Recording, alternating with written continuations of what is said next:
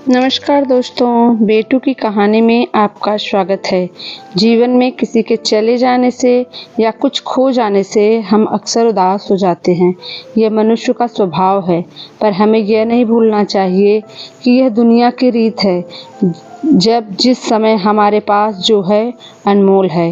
Hello दोस्तों, मैं हूँ आपका दोस्त अतुल और मैं लेकर आ गया हूँ एक खूबसूरत और दिल को छू जाने वाली कहानी छोटी है लेकिन आपके दिल को छू जाएगी, क्योंकि इस कहानी में गहराई बहुत है। यह कहानी है नेहा और एक गुड़िया की, जो एक छोटी लड़की ऊपर लिखी हुई है। एक दिन की बात है, नेहा सुबह पार्क में टहलते हुए जा रही थी।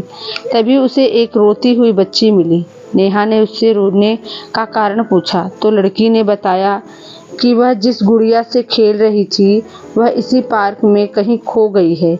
नेहा ने उस बच्ची को उसकी गुड़िया ढूंढ लाने का आश्वासन दिया, जिससे वह बच्ची चुप हो गई। खुशी ने गुड़िया ढूंढने के लिए समय मांगी और फिर दूसरे दिन गुड़िया लाने का वादा करके वहां से चली गई। पर गुड़िया ना तो नेहा को मिली और ना ही उस बच्ची को। नेहा ने गुड़िया की तरफ से एक काल्पनिक पत्र उस बच्ची को लिखी और जब वह बच्ची पार्क में गुड़िया पाने की आशा में आई तो नेहा ने वह पत्र उस बच्ची को पढ़कर सुनाया। पत्र इस प्रकार था, कृपया रोना मत, मैं समय समय पर उस गुड़िया के बारे में तुम्हें लिखती रहूंगी, बस तुम रोना मत। अब नेहा रोज उस खोई हुई गुड़िया की तरफ से काल्पनिक पत्र लिखने लगी और लगभग रोज ही उस बच्ची को पढ़कर सुनाती, जो कि यात्रा का काल्पनिक वर्णन हुआ करता था।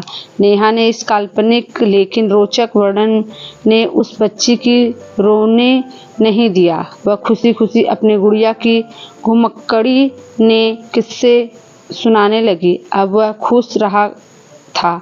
एक दिन जब काफी कहानियां हो गई तो नेहा ने एक दूसरे की गुड़िया उस बच्ची को लाकर दी। जाहिर है वह गुड़िया बदली हुई थी।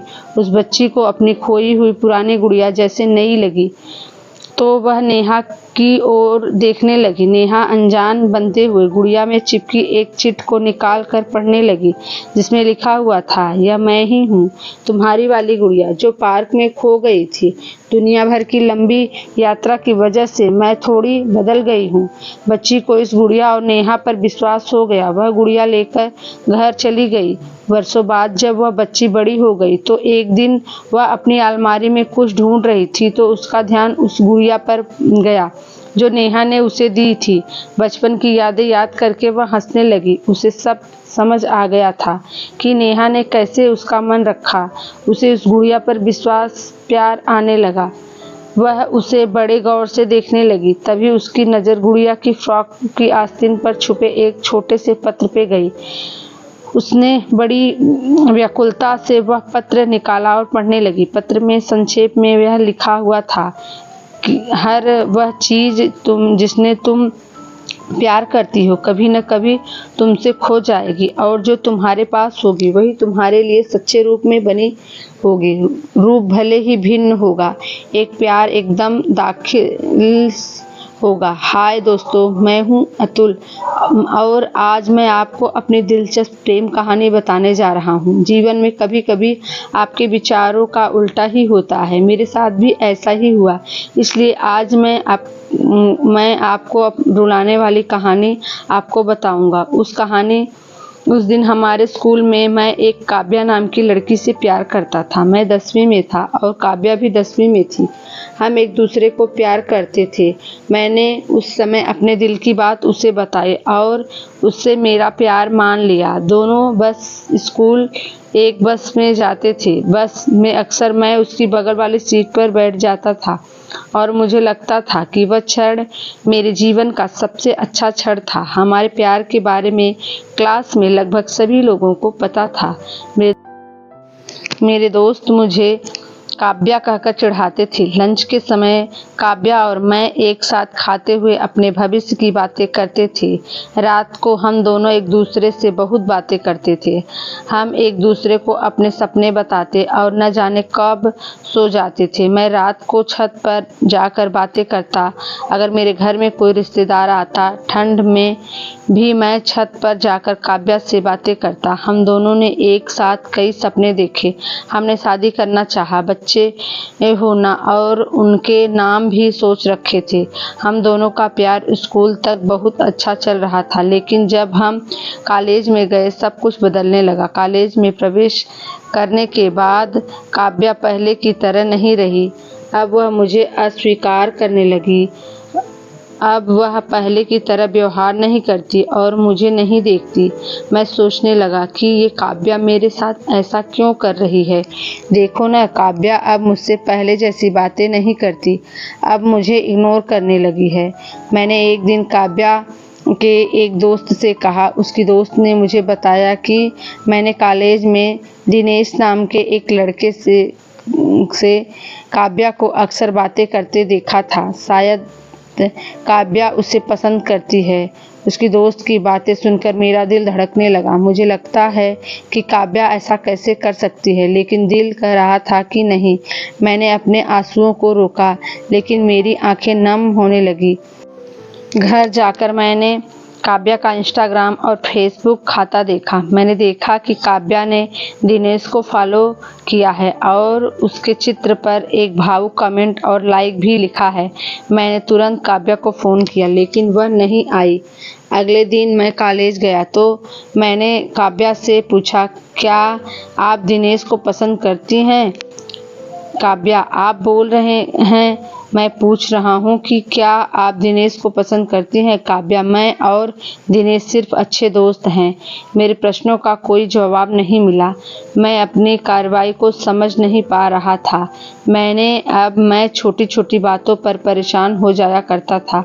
काव्या पहले की तरह बिल्कुल बदल चुकी थी। एक दिन मैंने दिनेश का हाथ पकड़कर कॉलेज ग्राउंड में बात करते हुए काव्या को देखा। मैंने अपने फ़ोन से उन दोनों की तस्वीर क्लिक की। कॉलेज खत्म होने पर मैं काव्या से कहा, काव्या 2 मिनट, मुझे तुमसे कुछ बातें करनी है। काव्या, हाँ बताओ, क्या करना चाहिए?